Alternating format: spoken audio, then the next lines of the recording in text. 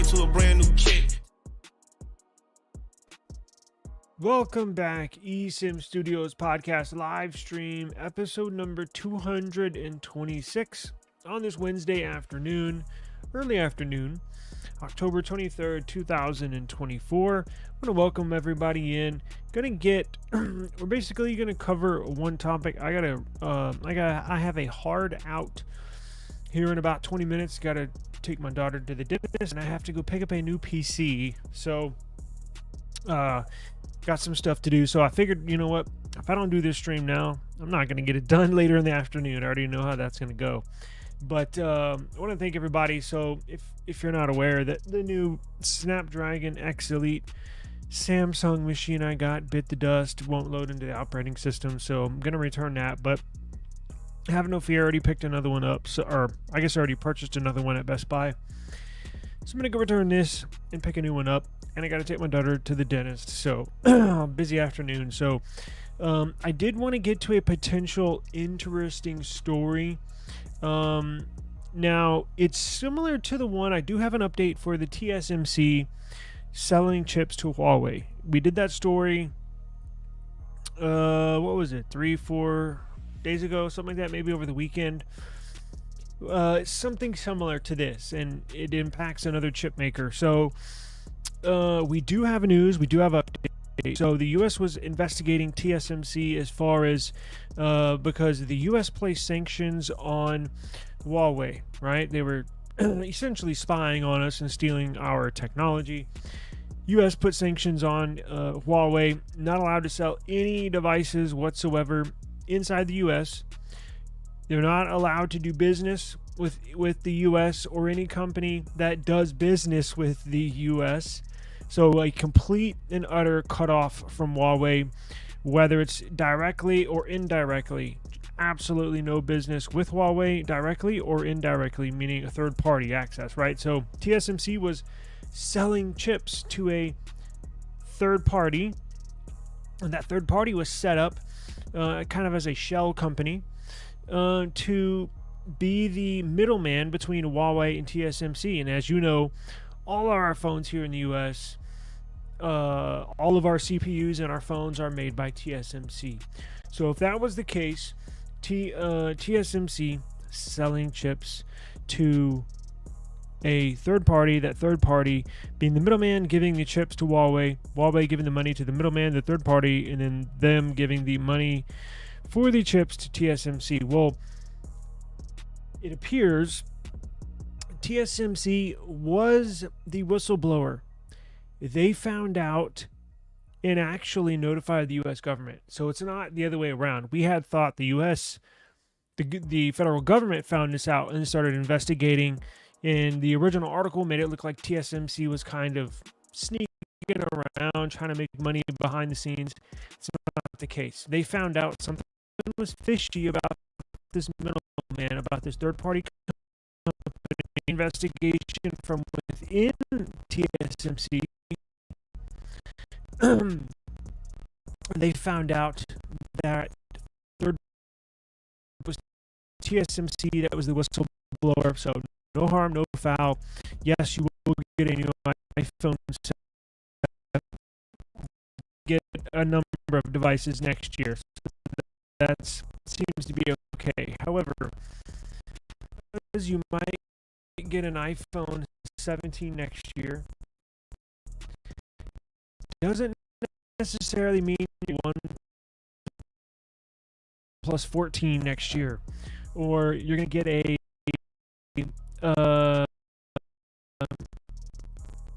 next year. That's correct. Snapdragon or computer, right? No PCs, no Snapdragon brewing on the other end of the chip makers. So it looks like they could be on the chopping block.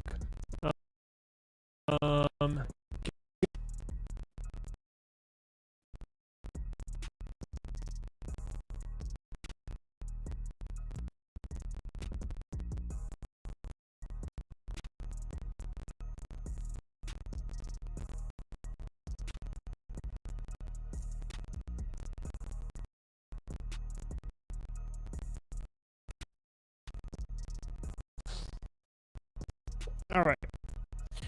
So the cool things, they're based in San Diego. They're a U.S. company, right? So Qualcomm is a chip manufacturer, not a chip, an SoC um, company, right? They make chips, right? So Qualcomm designs and develops their TSMC, world renowned for their chip making process. TSMC produces them, and then once Samsung, Qualcomm ships them to Acer, to Samsung, uses Qualcomm chips. That's basically the process, right? So these chips, you've heard ARM is actually its own independent company. It's its own entity. So what we have in the chip world is a bunch of entities doing business together, and it's very lucrative, very lucrative. Billions of dollars every year, $1 trillion industry. So there's a number of companies that do business together. So Qualcomm. So when you hear it's an ARM-based chip, right? Or it's an ARM CPU, Windows on ARM, Qualcomm, do I have a Snapdragon phone here? CPU, ARM-based CPU. ARM is an actual independent company, right? It's an entity. They actually own the schematics to the ARM-based tech. Is that technology? They lease that those schematics, and Qualcomm design their own custom to TSMC to get built, and then so on and so on and so on. Now, there's actually a deal, and it dates back many years, and they refresh it, I think, every 5 to 7 years. Okay, we're gonna, and this is on ARM's side, we're gonna allow Qualcomm to design their chips using our ARM-based technology, and all the details are ironed out between lawyers and all that good stuff. Well, it appears, put a notice to Qualcomm that they are going to cancel Qualcomm's licensing deal for using the ARM-based technology, ARM-based architecture.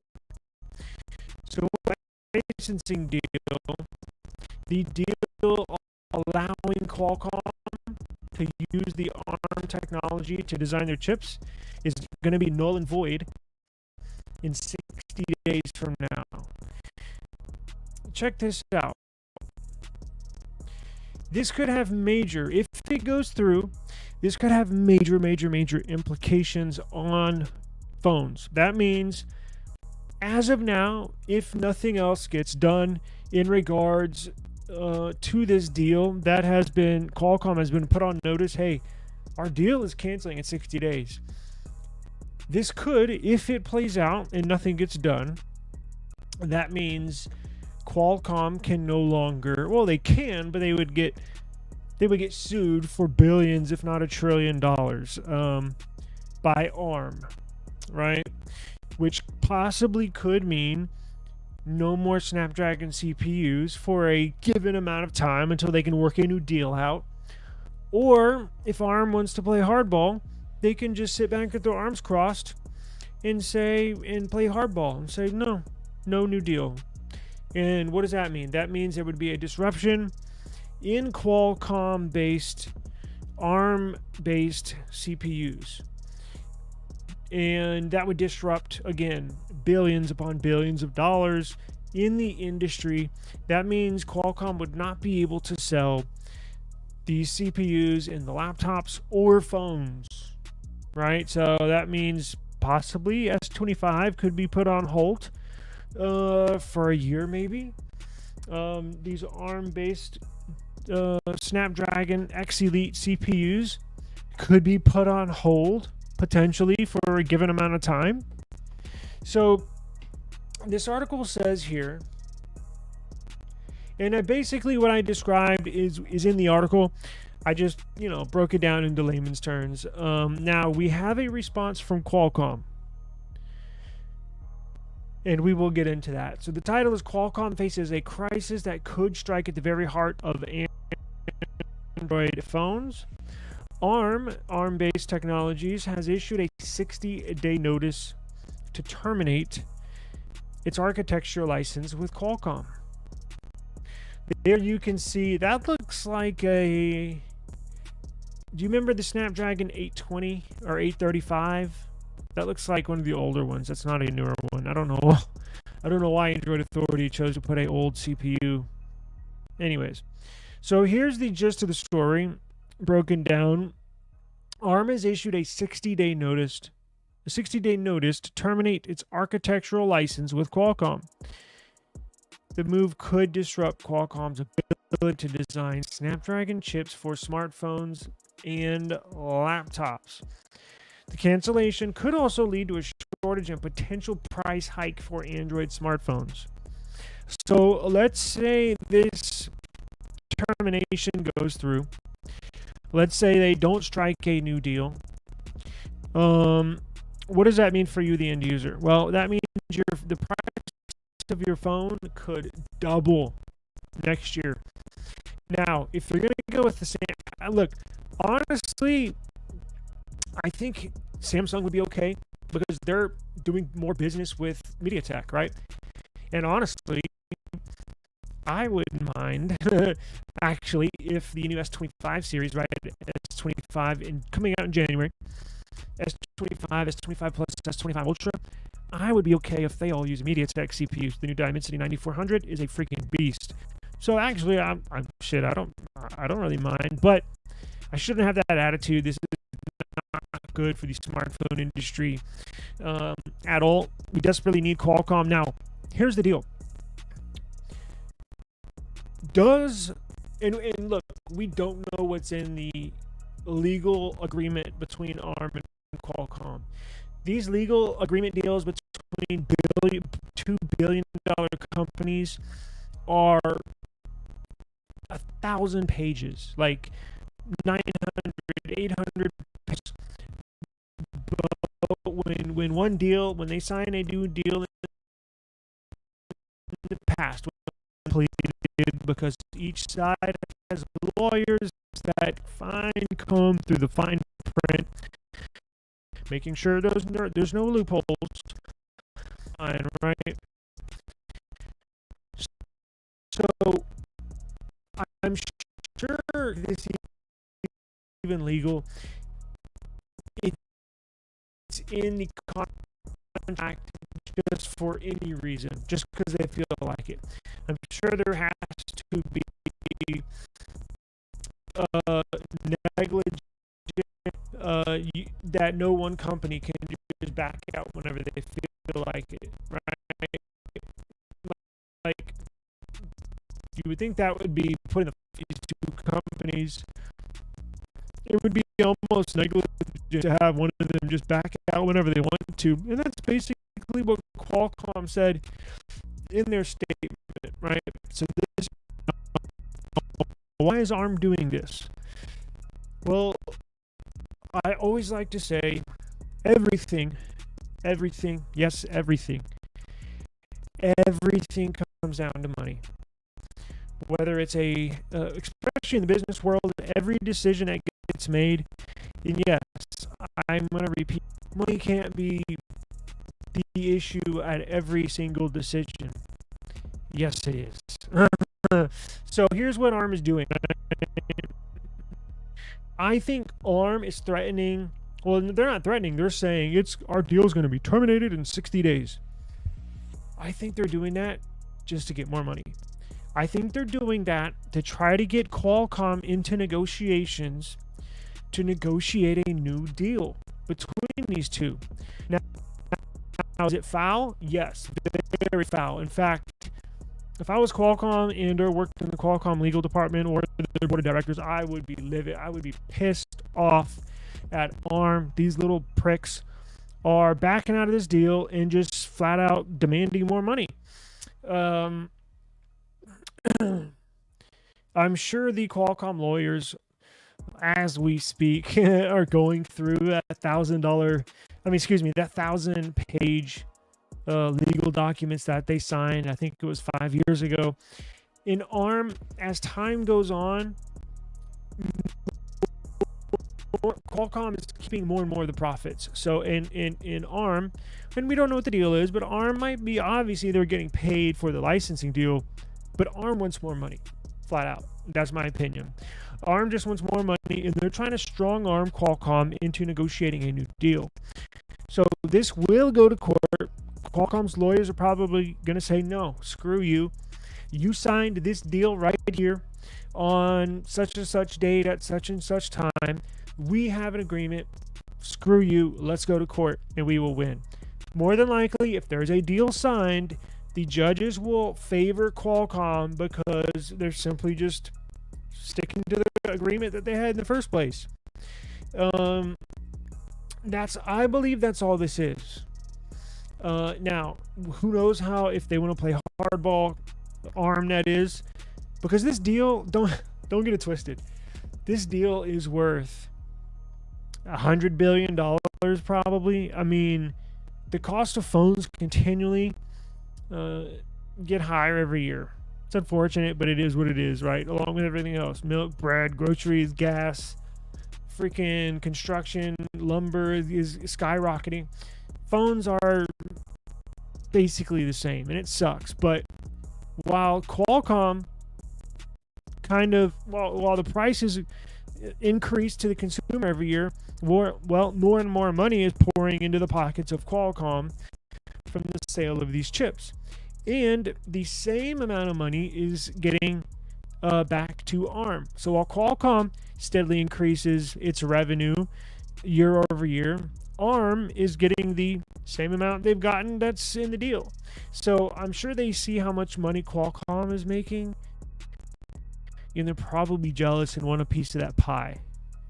Qualcomm, here's a statement or an update. Qualcomm is understandably not too pleased about ARM's impactful move here, and it's not mincing words about how it characterizes the action.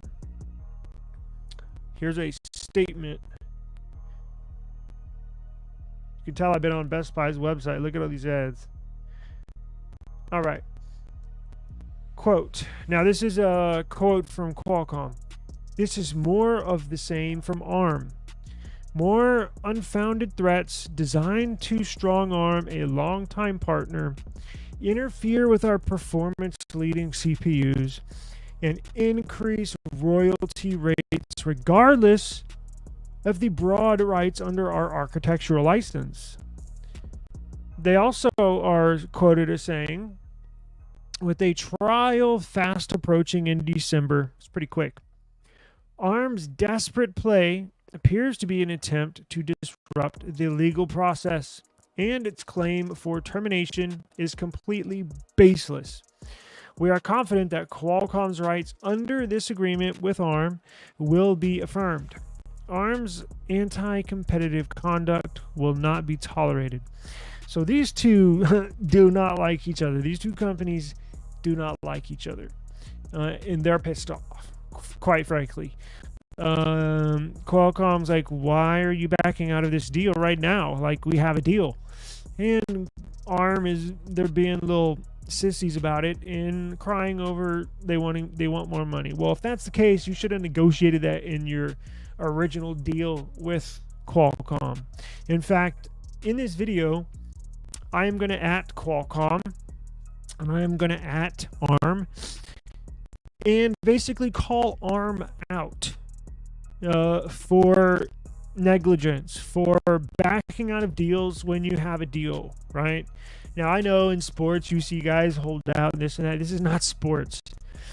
This is one of the largest industries in the world, affecting the most users in the world. Everybody has a cell phone. Everybody. We've gotten past the stage where, oh, I have one, but my parents are slow to adopt one, or I got a smartphone, my parents got a smartphone, but my grandparents still don't have one. Now everybody has got one, and kids are getting one younger and younger as time goes on. So I'm calling out ARM to basically stick to the original deal, the original agreement you had. Don't go crying to a judge because Qualcomm is just simply doing business, right? You need to blame your lawyers that drafted this agreement. You need to blame the people that were in negotiations that negotiated this agreement, and you need to go cry to them, or you need to fire them and hire new lawyers. You need to fire new negotiators. A lot of these companies will have lawyers that draft the deal and negotiators that's all they do, right? They probably have a legal background, but all they do is negotiate. You know, when you're doing $1 billion deals, you can afford to hire very, very specific people. So I'm going to keep an eye on this, a very, very close eye. And ARM, you need to get your shit together and continue out this current deal with Qualcomm and negotiate better for the next term. So that'll do it for today. I got to drop my daughter off at the dentist and go get this new PC. So appreciate the time. Thank you very much. And I will see you tomorrow. Peace.